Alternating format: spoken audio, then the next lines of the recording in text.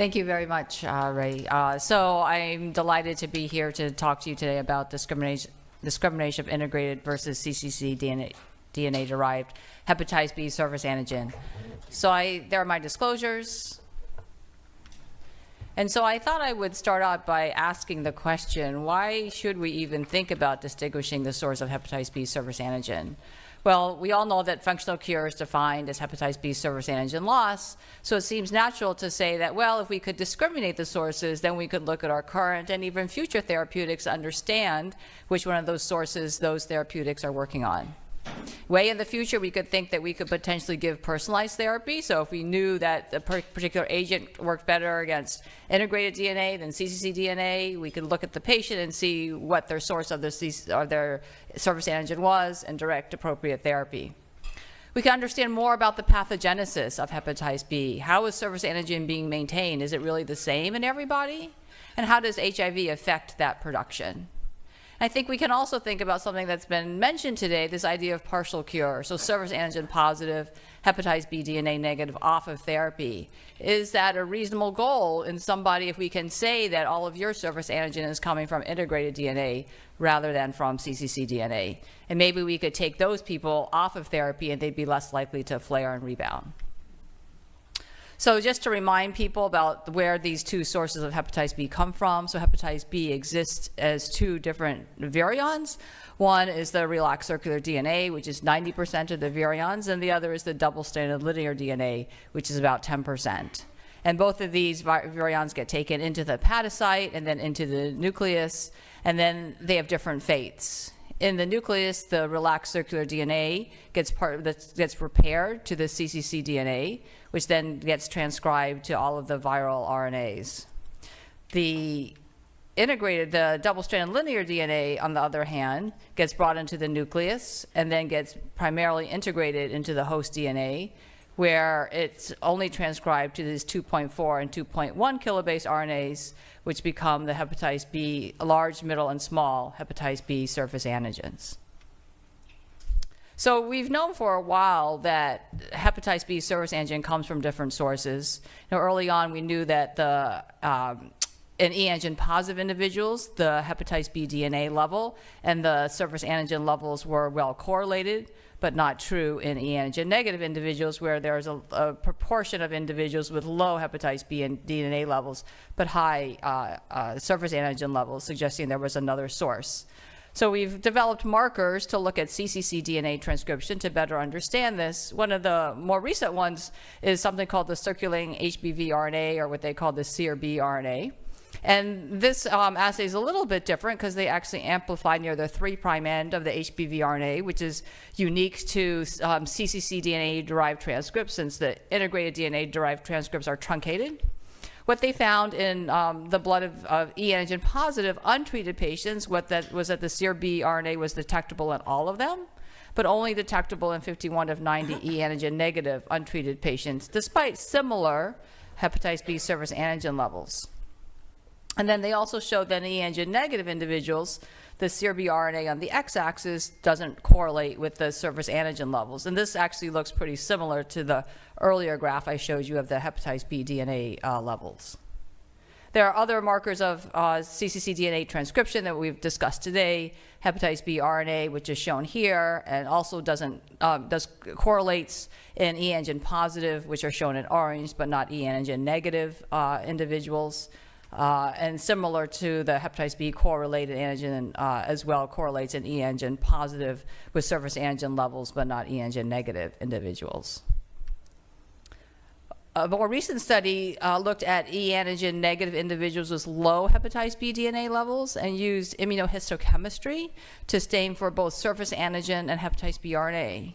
And what they found is that these individuals had the staining between surface antigen and HBV RNA correlated. And because they had low hepatitis B DNA levels, the thought was that most of their surface antigen is coming from cells that have integrated DNA, but fewer cells that have the cccDNA. So switching to the other side, we also have methods to detect integrated DNA, or iDNA as I'll call it, but they don't quantify the amount of integrated DNA, nor do they distinguish it from cccDNA derived transcripts. And some of those methods include Southern blot or ALU-PCR, where you amplify virus cell junctions with PCR specific for ALU elements and also for hepatitis B. Next generation sequencing, which is expensive as we know and may miss less common events, and inverse nested PCR.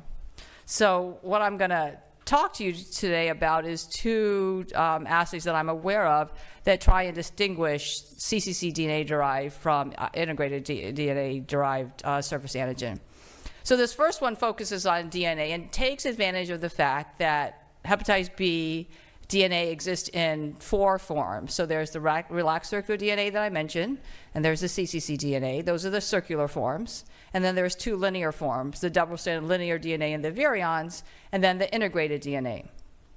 And so they used 2 sets of primers. These black primers here and over here amplify all DNA. So they called that the total hepatitis B DNA. So it amplifies both the linear and the circular, whereas the blue primers here only amplify the circular DNA, because the way the linear DNA is aligned, the blue primers don't amplify. And so they call that the circular DNA. And then they use droplet digital PCR, which is a method to quantify low levels and pretty precisely. They use that, and they can determine then how much linear DNA there is by subtracting. So they took liver biopsy tissues of people who are e antigen positive and e antigen negative, and determined how much of the total hepatic DNA was linear. And the e antigen positives, you can see that there was a wide range, but very few of them had over half of it, or even up to 80% of the DNA that was linear. However, in the e antigen negatives, you see something very different, that the majority of the people had DNA that was linear. And they went on to show in other experiments that the linear DNA was primarily integrated DNA. So, answering the question that we all believe that e antigen negatives are primarily transcribing from their surface antigen from integrated DNA. They also went on, these are untreated patients, once again, the same untreated patients. They looked at the ratio of surface antigen to hepatitis B DNA, thinking that if the surface antigen was coming more from the integrated DNA or the linear DNA, that there would be some correlation between higher levels of integrated DNA and higher ratios. And as you can see from this graph, that is what they found. So in my lab, we've taken a different approach and looked at the RNA transcripts. And so we've developed a multiplex ddPCR assay to distinguish integrated and cccDNA derived surface antigen. And so we use 2 primers. One's what we call the 3' HBV, as once again takes advantage of the fact that the cccDNA transcripts, which are here at the top, have this 3' end transcripts near the polyadenylation signal, whereas the integrated DNAs are all truncated before then, so they wouldn't amplify. Whereas the mid-HBV assay amplifies transcripts from both cccDNA and integrated DNA. Then we look at this ratio called the mid-HBV to 3' HBV, which we call the iDNA transcriptional index. So the more mid-HBV you have relative to 3' HBV means that the more that you're transcribing from integrated DNA. And if you're only transcribing from integrated DNA, then you'll have your mid-HBV primers being positive, but your 3' HBV primers being negative. So we've defined integrated DNA transcriptional index of greater than 2 as being primarily transcribing from integrated DNA, and less than 2 being transcribing at least some of it from cccDNA. So Tanner Gruda, who's a very talented graduate student in my lab, he's the one that developed this assay. And then he used this assay to answer the question, can we determine whether or not somebody is going to decline in their surface antigen based on this assay. So he had 16 paired liver biopsies from co-infected HIV hepatitis B co-infected individuals, so 32 biopsies total. These paired biopsies were separated by 3 to 4 years, and during this time period, people were on nucleoside analogs, taking advantage of the fact that we know that nucleoside analogs can silence cccDNA transcription. So he looked at quantitative surface antigen levels at biopsy 1, and then divided them based on their maximum decline between biopsy 1 and biopsy 2. And everybody in the surface antigen decline group had to have at least a half a log decline in their surface antigen levels, and the median level of decline in that group on nukes was 0.98 logs. The hepatitis B surface antigen stable group had less than a half a log decline between those time points, with the median being about 0.23 logs.